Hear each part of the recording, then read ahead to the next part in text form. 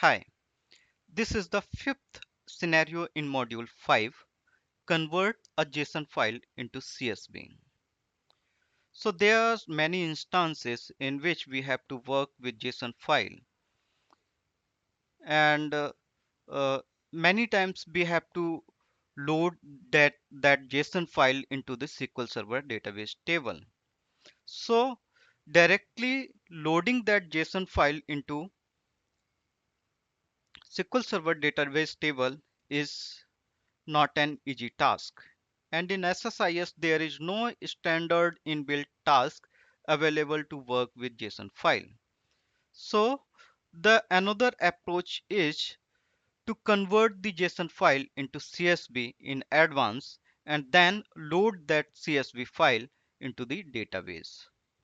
So we can write a package using the script task to convert the JSON file into the CSV, or we can create a custom utility using the C# console application or any other language we can use to create that custom utility. But in this scenario, we will work with SSIS package and we will use the script task to convert a JSON file into CSV. So let's see what is the JSON file looks like. So we have this JSON file and it have couple of objects in an array. So this represent square brackets represents array and this curly brace represent an JSON object. So we have a couple of properties in this JSON and we will convert this into CSV.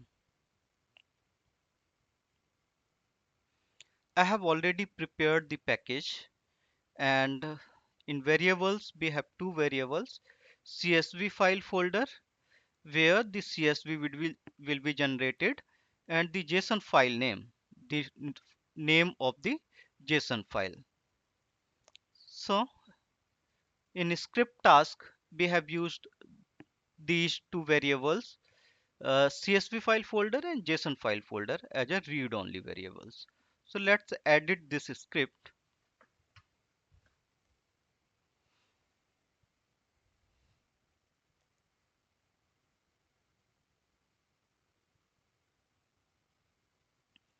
Yes, it has opened.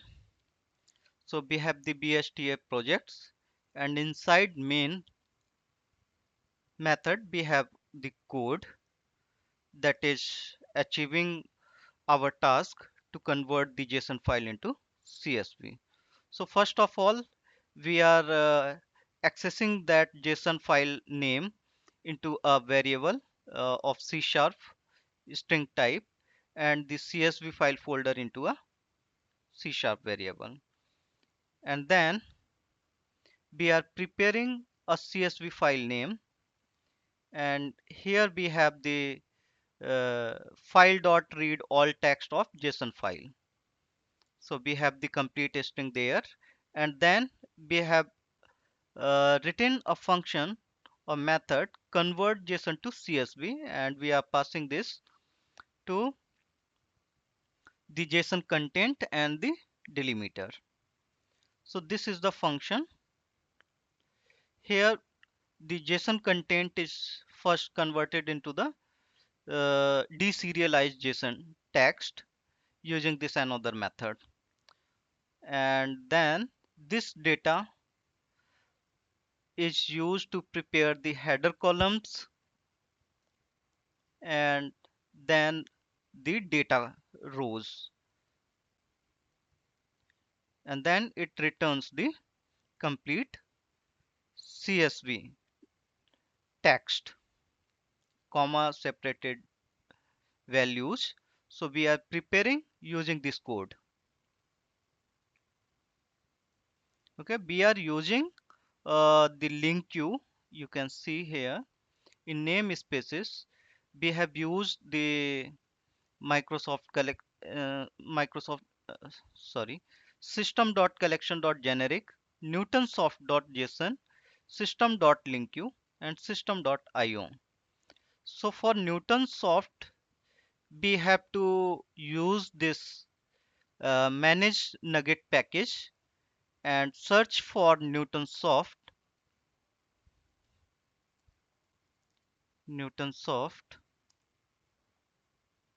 and then install this library. This is a third-party library, and we have to use this. And once it is loaded there, you can see under the installed tab that this is installed in our project.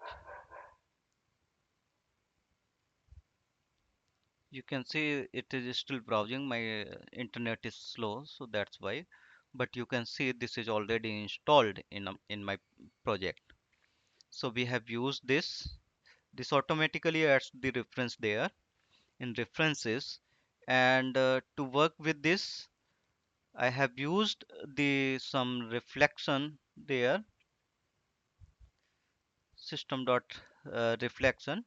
In case if this is not able to find the Newtonsoft JSON uh, library, so I have copied this to another folder, and here just above the main method we have to write this command, so that in case if it is not found by this system, so we can provide the static path of that DLL, newtonsoft.json.dll. And you can see we have used the dynamic uh, data type there. So for that we have to use couple of libraries there. We have used the system.collection.generic and system.linkU under this system. So these are the libraries we have to use, and we have to write. This is actually written in a linkU, so it looks a little bit complex, but you can find another way to write the code to convert the JSON into the CSV, so that you can understand. And um, yes, so you can implement the functionality. The purpose is to so that we can write the code to convert the JSON file into the CSV file. And then the JSON is converted into the CSV. So CSV data is again written to the using the file.writeAll text. And we are passing the file name, CSV file name that we have prepared there, and the CSV data. And after that, we are logging a message that JSON to CSV converted successfully. The file location is this. Although we have provided the file folder location, CSV file folder location, and we have used this to prepare the file name with .csv, and file name is extracted from the JSON file name.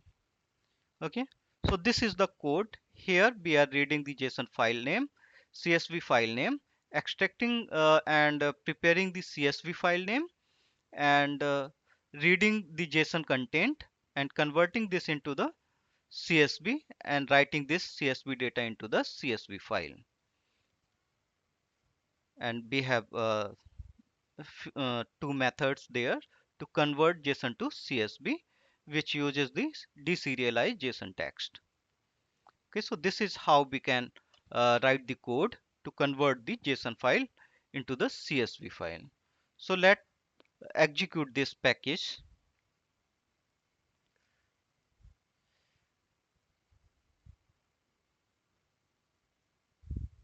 Yes, it has executed successfully, and we can see the message JSON to CSV converted successfully. The file location is this location. So where is this location? This is the location, JSON to CSV. You can see JSON to CSV. This is my JSON data dot CSV. We had the product owner, category, launch date, and delivery production as in our JSON file. So we have all four objects converted into the CSV file. Now we can easily load this CSV file into the database. But this scenario was just to convert this JSON to CSV. Okay.